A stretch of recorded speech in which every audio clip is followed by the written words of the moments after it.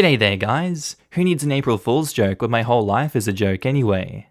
Welcome back to another episode of r/Am I the A-hole. I'm your host Markee, this is going to be a good one, I hope you enjoy it and tell me what you think of it down in the comments. Posted by user, Am I the A-hole Mother Edition. Titled, Am I the A-hole for sending my daughter to live with her dad? So, I have a 16-year-old daughter that I share with my ex-husband, who I share a good co-parent relationship with. My 16-year-old daughter lives with me full-time because her dad lives in a different school district and she didn't want to leave that school and prefers our neighborhood and just area in general. My younger brother also lives with us. He has Down syndrome, which comes with a few other issues, and can't really live life on his own, and when our parents died 3 years ago, he moved in with me. Lately, my daughter has been posting videos on her account on the app TikTok of her making fun of my brother. She'll record him struggling to read out loud, or just doing other things that he has issues doing. It's a pretty popular account with 10,000 followers. I found it and took her phone away, and she said, "Why does it matter if I record that R slur?" and has started being really mean to him, and ignoring everything that I say. I tried putting her in therapy so that she could talk to someone else, so maybe she feels jealous of him, but nothing has worked. I was speaking to her dad, and he brought up her living with him to get her away and changing the routine around. So, last week I told her she was going to live with her dad and stepmom, and the visitation would switch around. She freaked out and screamed about all the reasons she hated this house, and told me I was choosing him over her, calling him another slur. I posted about this issue in a Down syndrome support group and got attacked for shipping my daughter off and got called a terrible mother. Am I the a-hole for essentially choosing my brother's happiness over my teenage daughter? Now just why in the hell is the Down syndrome support group supporting this ridiculous daughter? They're cool with her posting on TikTok calling him the R word? In what universe does a Down syndrome support group support Down syndrome people being actively targeted for harassment, and then having it shown to the world? I say cut them off and find better support, and kick that girl out of your house. Get her back to the dad's house. There is consequences for these actions. She's 16 years old, she definitely knows better. TikTok clout means nothing. It means absolutely nothing, especially only 10,000. It's just sad numbers. There is nothing wrong with choosing your brother's happiness over your teenage daughter. She can piss off, I don't even care about her now. That's just disgusting. Not the a-hole. I'm the parent of a child with Down syndrome, so this seriously hurts my heart. I can't even begin to imagine how I would handle this situation. I'm going to say not the a-hole. Her behavior is not acceptable on any level, and you had to take a stand. You aren't sending her to live with strangers. You are changing the living arrangements, and she is moving in with her father.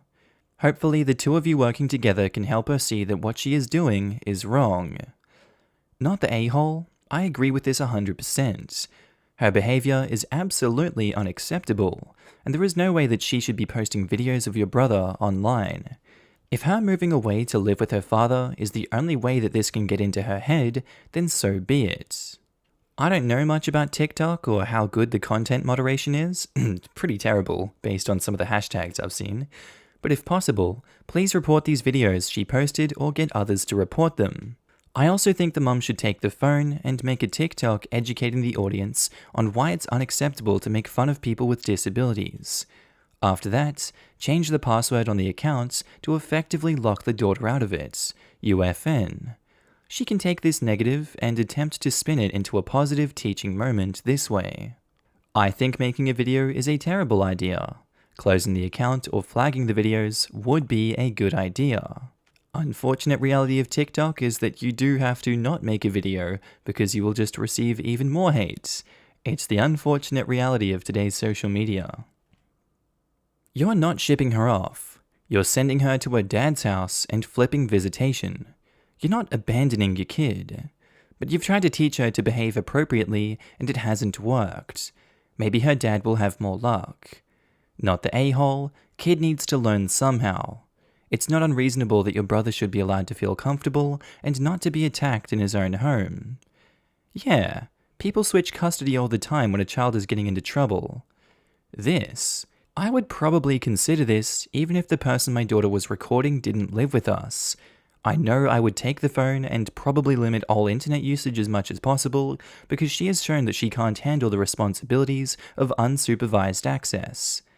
This could cause long-term damage to her when it comes to apply to college, get a job, or even form adult relationships later. She needs to be protected from herself as well as stopped for cyberbullying.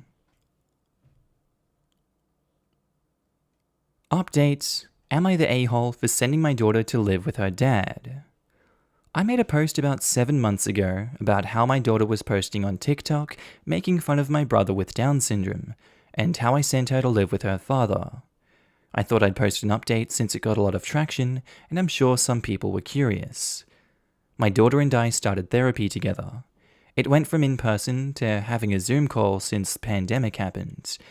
It was very rough at first, but we started getting somewhere after about a month.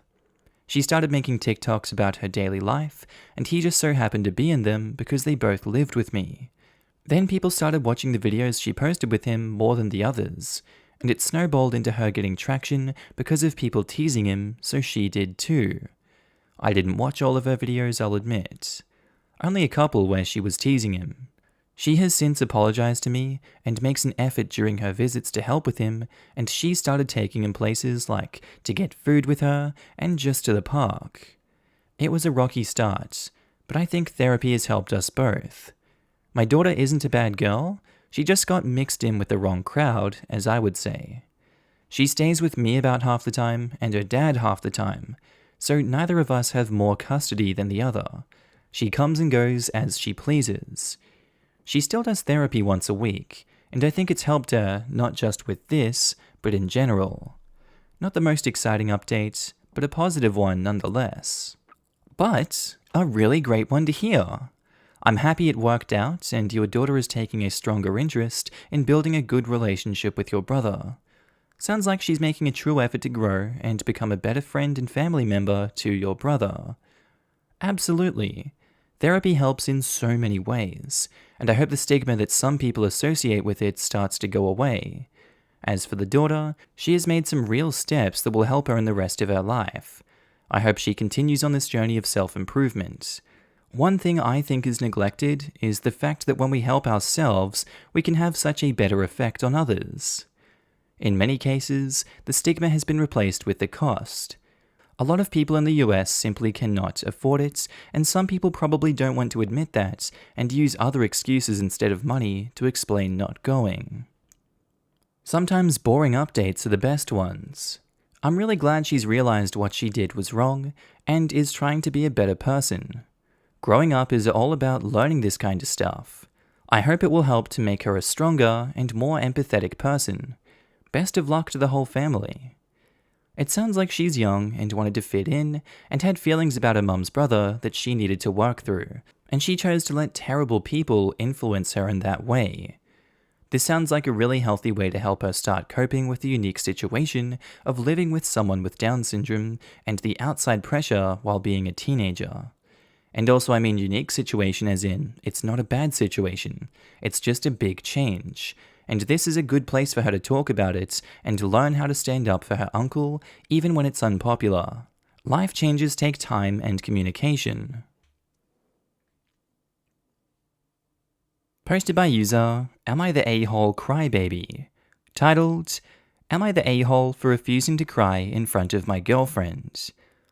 I'm a 22-year-old man raised by a very traditional single dad. Among the many ideals my dad instilled into me was that crying was a sign of a weakness in men.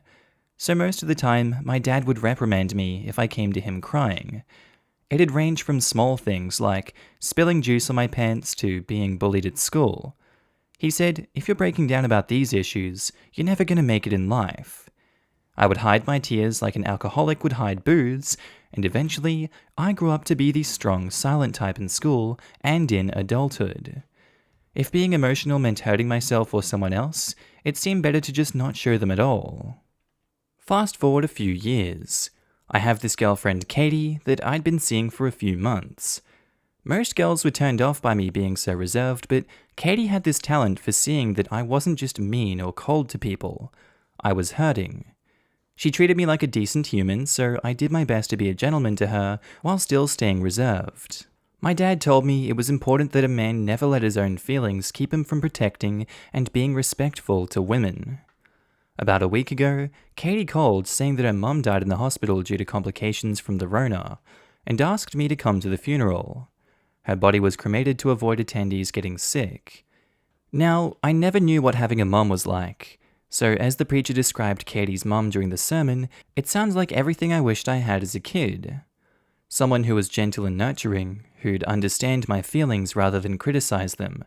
Someone who would let me cry on their shoulder like I'd done for Katie so many times. It was overpowering. I felt the tears coming on, and Katie looked at me in surprise. By force of habit, I didn't dare let myself cry. I took a deep breath, swallowed the lump in my throat, and just gave Katie another hug. After the service, I drove Katie home.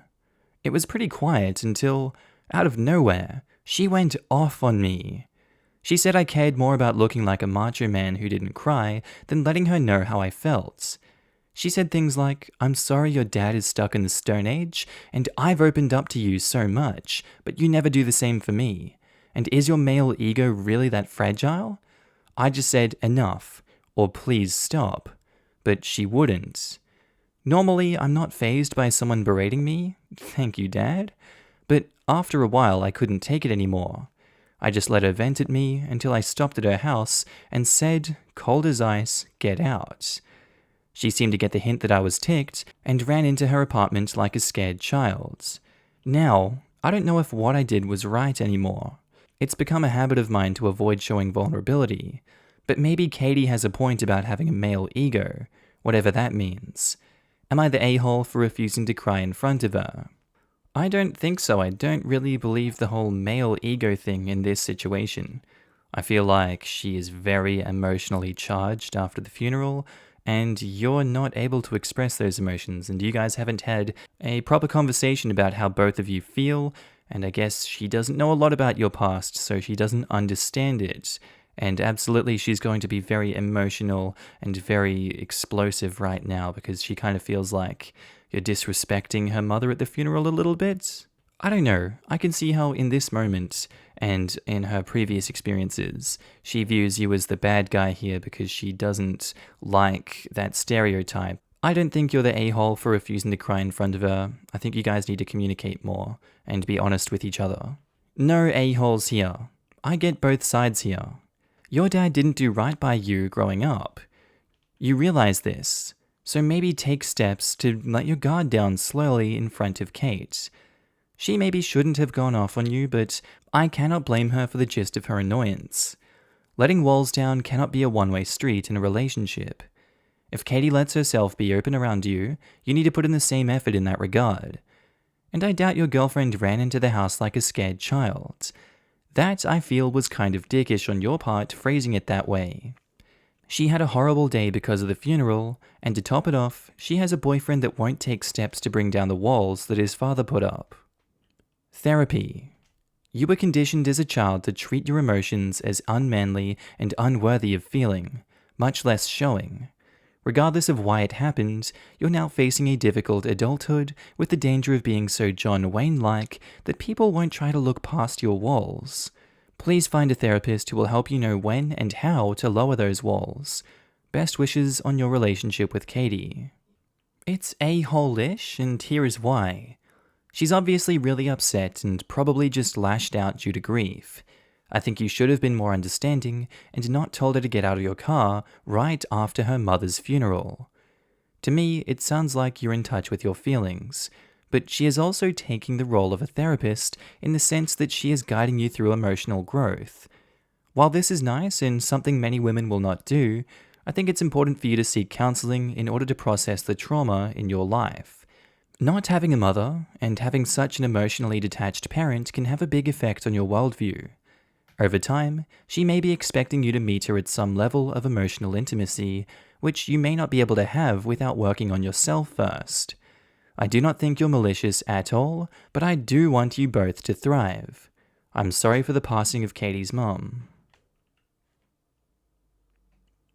Updates. Am I the a-hole for refusing to cry in front of my girlfriend? Thank you all very much for your feedback in the original post. There was a variety of perspectives on this, but the general consensus seems to be that, while I'm not the a-hole, it is bad for our relationship if I keep bottling up. You're right. It's not fair to me or Katie if she's looking for someone to relate to, and I refuse to give that to her, especially not when she's grieving. Also, thank you for being sympathetic with Katie's plight. She's apologized for lashing out. She was just acting out of grief, not out of spite or a need to control me. Well, the situation has turned into one of the most profound moments of my life. As we were making amends, Katie gave me a copy of her mum's funeral on video. We both watched it together, and this time, I found the courage to cry for the first time in 7.5 years. Hearing everyone describe Katie's mum had tapped into my inner child, the sad, lonely little boy longing for the warmth and affection that he didn't get from his only parents.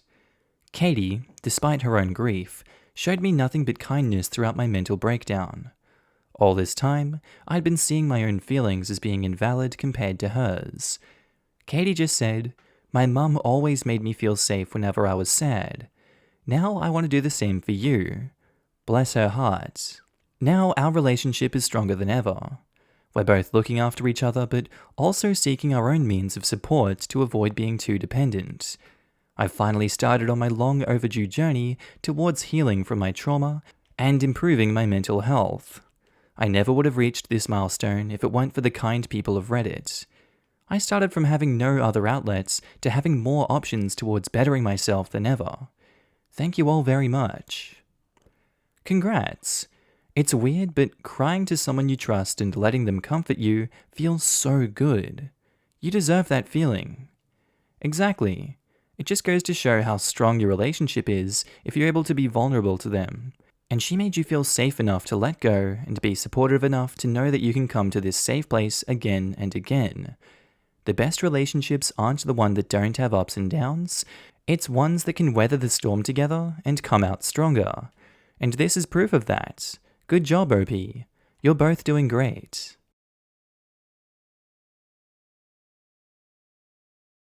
Okay, and I think that's where we're going to end today's episode, guys. As always, I do hope you enjoyed it, and maybe even learned something from these stories. Just want to say a quick shout out to my Patreon subscribers and my channel members. You guys should be on the screen right now. If you do see yourself, I want you to give yourself a little pat on the back for being amazing and supporting me on this channel, this little journey we're going on the YouTubes. I really appreciate it, and you guys enabled me to do all this amazing work. So if you do see yourself, I love your face and I'm happy to see you. Also guys, if you want to pitch in your own support, you don't have to, but channel links are down in the description below to support the Patreon, the channel membership, whatever you want to do. It's kind of like tipping me if you feel like I'm doing a good job on this channel. I will be opening up avenues for content on those in the future.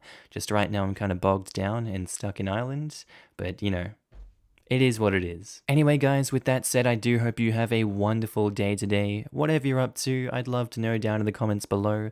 I do hope you have a good day, night, sleep. Whatever you're up to today, tell me, and I'll see you in the next episode, guys. Bye.